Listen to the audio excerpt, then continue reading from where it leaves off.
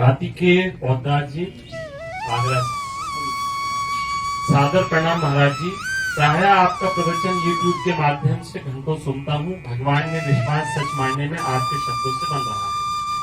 महाराज जी, रात्रि में एकांत में भजन के लिए घर के मंदिर में बैठता हूँ तब अनजान भय होता है, वैसे ठीक रहता हूँ। मूल परेशानी भविष्य की चिंता और युग अज्ञान के कारण, अज्ञान के कारण कि हमें लगता है कि आगे क्या होगा क्या नहीं होगा। पहले से जैसे हम जिस फिल्म के विषय में पूरा ज्ञान नहीं रखते, जब उसे देखते हैं तो लगता है आगे होगा क्या। लेकिन डायरेक्टर को तो सब पता है ना, पहले से उसने बना के फिट कर दिया है ना।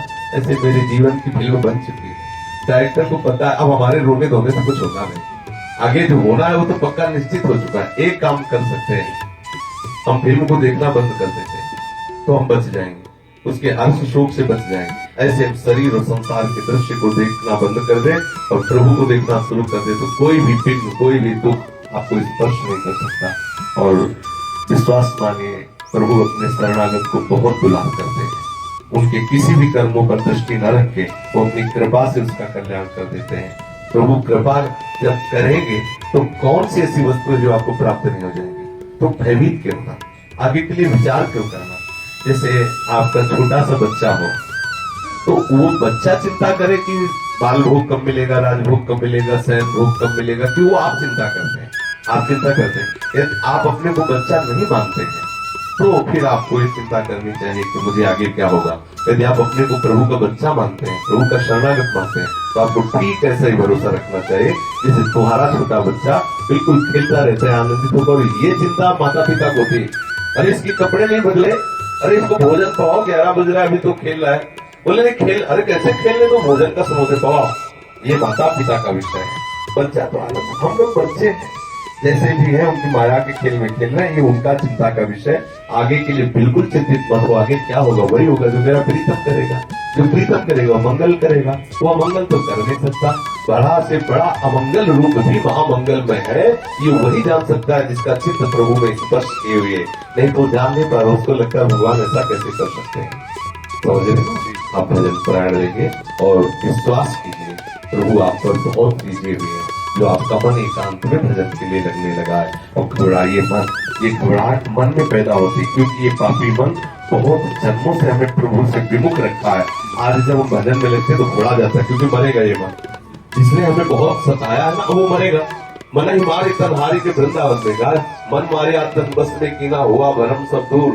बाहर से कुछ दिखत नहीं, अंदर चमके नूर। आपो त्याग जगत में बैठे नहीं किसी से काम, उनमें तो कुछ अंतर नहीं संत का चेहरा।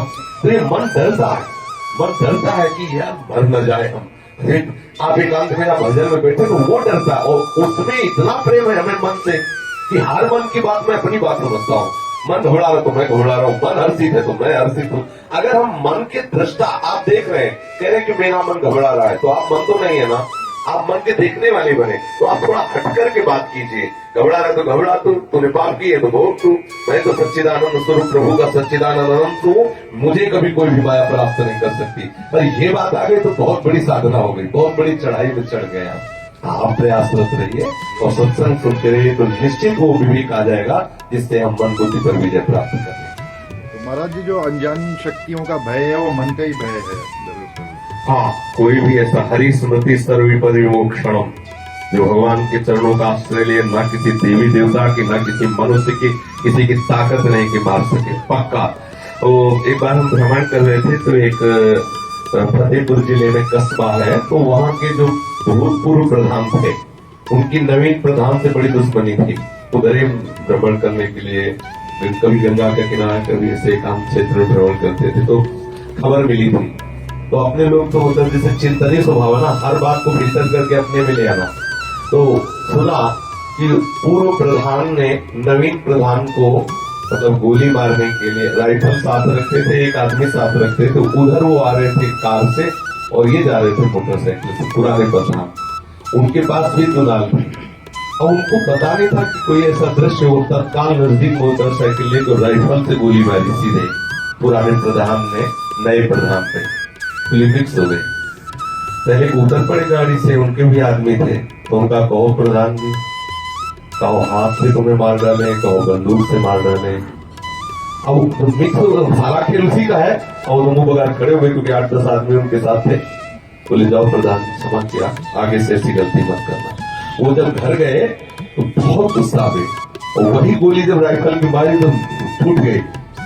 उनको लगा भगवान जिसको बचाते उसे कोई मार नहीं। जब ये बात सुनी तो हमें बहुत अच्छा, निर्भय रहो, किसी की ताकत नहीं कि कोई मार सके, किसी की ताकत नहीं। एक मौनी महात्मा थे, ने कई बार सत्संग में बताया, गंगा किनारे भ्रमण करते थे तो वो मिले थे, वो मौन रहते थे और गंगा ही किनारे घूमते थे। तो गंगा किनारे कई ऐसे होते हैं कि जो बड़े बड़े अराजक तत्व भी गांव में रहते हैं। तो 8-10 लोग जो है शराब पिए गंगा किनारे बैठे हुए थे। तो ये जब गए तो बुलाया और वो किसी विधर्म में जो अपने धर्म के प्रतिकूल लोग वो लोग थे, वो बुलाया और घेर लिया और मौनी महात्मा को। और वो क्या जाने कि मौन क्या होता है, कहाँ से आया, क्या है, वो बोले नहीं, बोले मारो साले को। तो महात्मा ने कहा कि हमें लगा के मारे। बोले मारो। संध्या का समय था, रात्रि धीरे धीरे विस्तार को हो रही, अंधेरा बढ़ रहा था। उन्होंने सोचा कि अब मुझे मार डाला जाए, पर उनका मैं बोलूंगा नहीं, अपने व्रत से ही रहूंगा। अब उनमें से एक ने कहा कि वो आंख मूंद के खड़े हो गए। एक ने कहा कि आप क्यों मारोगे इसको, कुछ बोल तो रहा नहीं। बोले नहीं मारेंगे, कुछ तुम्हारे रिश्तेदार लगता है। बोले मार के दिखाओ। शुरू हो गए लात जूता, आपस में शुरू हो गए, महात्मा चल दिए। ये है हरि का खेल, आपस ही में भिड़वा दिया और वो चले गए। महात्मा जी मौनी महात्मा ने बताया कि हमें कोई रोकने वाला नहीं, उधर लात जूता आपस में चल रहा था, हम चले गए। अरे जिसके हरि सहायक है उसको कौन मार सकता है। आपको हरि पर विश्वास कर लेना चाहिए। देखो ये शरीर एक नियत समय के लिए आया है। यदि इसको अभी 10 मिनट केवल रहना है तो सिर्फ 10 मिनट रहेगा।